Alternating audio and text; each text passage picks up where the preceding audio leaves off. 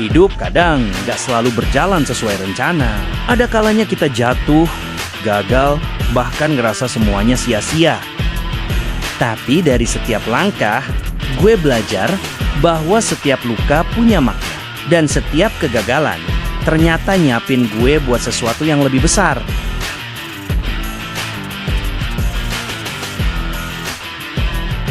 Di vlog kali ini, gue pengen cerita tentang perjalanan hidup gue. Bukan buat mengeluh, tapi buat ngingetin diri sendiri bahwa sekecil apapun langkah yang udah gue ambil, itu tetap berarti.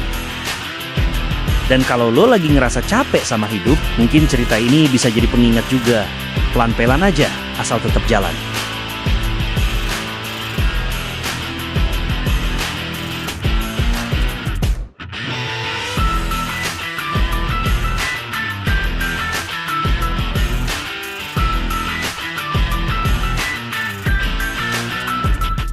Kadang kita terlalu sibuk ngejar tujuan besar, tapi kita lupa bersyukur bahwa yang kita kejar di dunia ini ternyata sesuatu yang sia-sia, guys. Allah Subhanahu wa Ta'ala dan Rasulnya Shallallahu Alaihi Wasallam mencela sikap tamak kepada dunia. Bahkan Allah Azza wa Jalla sangat merendahkan kedudukan dunia dalam banyak ayat-ayat Al-Quran. Allah Azza wa Jalla berfirman bahwa kehidupan dunia adalah kehidupan yang menipu.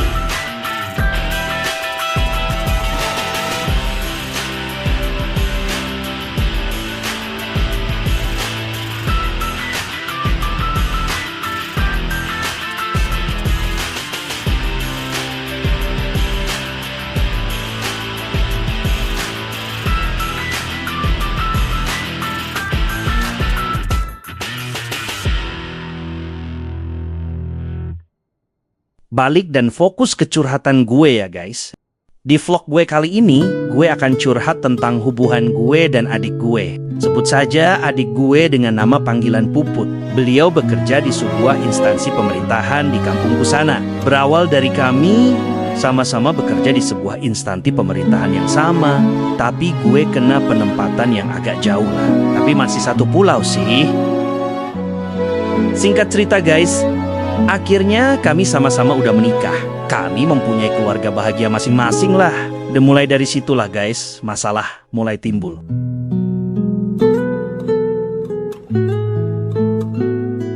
Masalahnya begini guys, orang tua kami kan udah tua ya. Karena gue anak tertua. Anggap lagi itu guys, karena kami hanya 2 bersaudara dan kami cowok semua. Dan gue menganggap bahwa kami berdua udah cukup lah secara finansial, walaupun mungkin cukupnya kadang-kadang harus mengencangkan ikat pinggang. Wajar dong kalau gue mengajak sama adik gue untuk kita patungan lah buat membantu orang tua. Sebenarnya sih itu nggak bisa dikatakan membantu. Itu adalah sebuah kewajiban sebagai anak laki-laki kepada orang tuanya. Tapi niat gue tadi malah menjadi salah paham guys. Katanya beliau banyak tanggungan lah atau apalah. Tapi gue ngerti guys, gue nggak permasalahkan itu. Gue juga nggak anggap itu suatu masalah guys. Tapi semenjak itu, kok beliau malah menjauh dari gue, menjauh dari orang tua.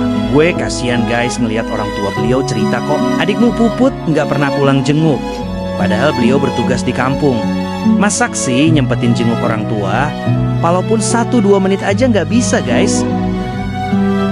Singkat cerita lagi guys, orang tua mungkin udah sakit hati atau apalah sama adik gue ya.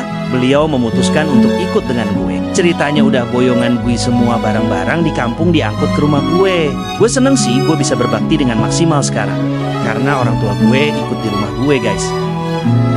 Tapi baru 4 bulan guys, orang tua nggak betah, minta balik kampung. Waduh, batin gue ya, kerena minta barang, barangnya minta dibalikin ke kampung lagi guys. Di tengah ekonomi gue dengan gaji yang segitu, dengan beban anak gue yang gede, kuliah di salah satu perguruan negeri, dan yang satu SMA bagiku nurutin pindahan barang orang tua gue ke kampung lagi. Gue rasa berat sih, tapi gimana lagi? Namanya orang tua gak betah. Nanti kalau dipaksain malah sakit. Gue juga nanti yang repot.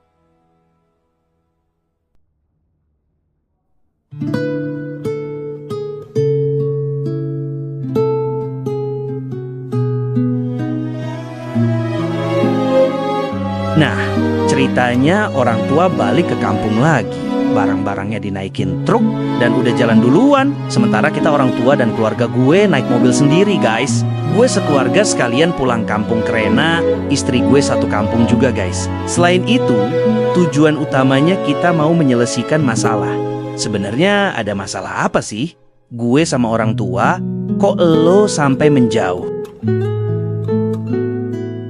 Kalaupun ada masalah, kita selesaikan. Jangan diam terus menarik diri seolah-olah nggak ada jalan keluar.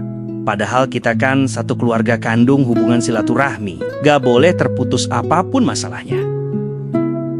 Singkat ceritanya lagi nih, guys. Sampainya di kampung, kami istirahat sejenak lah. Terus kami menuju ke rumah adik gue yang berada di salah satu kota di Jawa Timur. Sampainya di sana, kami dipersilahkan masuk sama istri adik gue. Mulailah guys kita membicarakan masalah. Sebenarnya masalahnya apa sih? Lah di situ adik gue tuh menjawab bahwa gak ada masalah apa-apa. Kami tambah heran dong. Kalau gak ada masalah apa-apa kok begini. Sementara gue menyaksikan istri adik gue tuh raut mukanya gimana gitu deh. Menurut gue muka-muka sadis gitu. Tapi gue berupaya positive thinking lah. Tibalah saat yang bikin kita semua kaget guys. Gue dan bapak ibu gue terasa disambar petir guys saat keluar kata-kata dari mulut adik gue. Mas, bapak ibu kalau kesini cuman mau merusak kebahagiaan keluarga saya, mendingan pulang deh. Di situ kami kaget guys. Bapak gue emosi ya. Udah kalau kamu ngusir orang tua. Sementara gue ngelihat ibu gue hanya bisa menangis. Sementara gue gak bisa berkata-kata lagi bro. Hadiah gue tarik nafas dalam-dalam supaya gue selalu tenang. Tapi apapun dan bagaimanapun dia adalah adik kandung gue. Di situ gue nasihatin dia. Awas hati-hati lo. Jangan jadi anak durhaka. Nanti kita dibales dan diberlakukan sama lo oleh anak kita. Tapi adik gue menjawab, saya udah siap mas, kalau anak saya nanti memberlakukan saya begitu.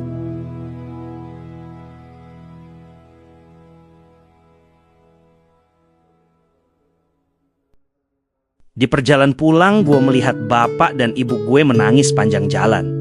Gue nggak bisa berbuat banyak, hanya bisa nasihatin bapak ibu kalau kita harus sabar. Mungkin ini ujian dari Allah, mungkin ini juga peringatan dari Allah kalau kita mungkin telah lalai dengan perintah-perintahnya.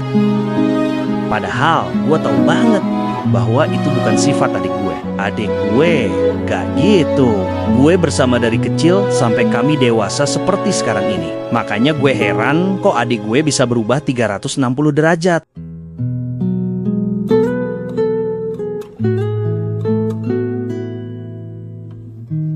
Dan waktu pun berlalu sampai sekarang. Udah berapa tahun ya? Mungkin lebih dari 5 tahun kali. Sampai saat ini kami hilang kontak. Dia semenjak itu nggak pernah pulang nengok orang tua. Padahal masih satu kabupaten. Dah bahkan menelpon pun.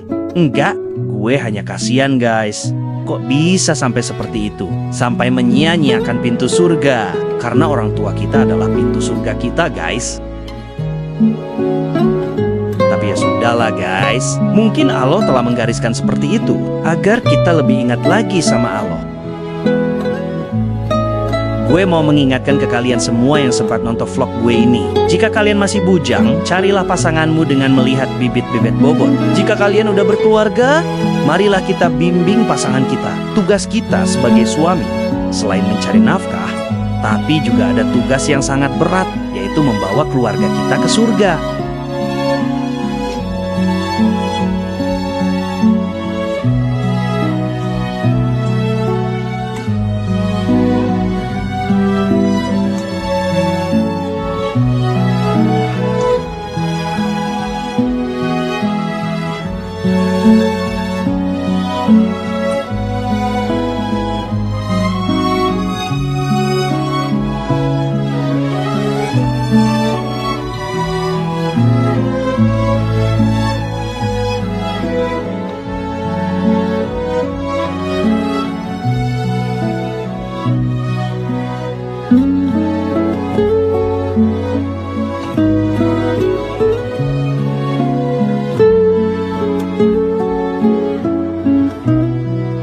Oke lah guys, sampai di sini dulu gue curhatan gue di video ini. Kalau kalian mengenal atau mungkin satu kantor sama adik gue, salam dari gue. Apapun itu, masih ada pintu taubat, nggak ada kata terlambat. Jika kalian kenal atau punya nasib yang sama-sama gue, bisa colek di kolom komentar.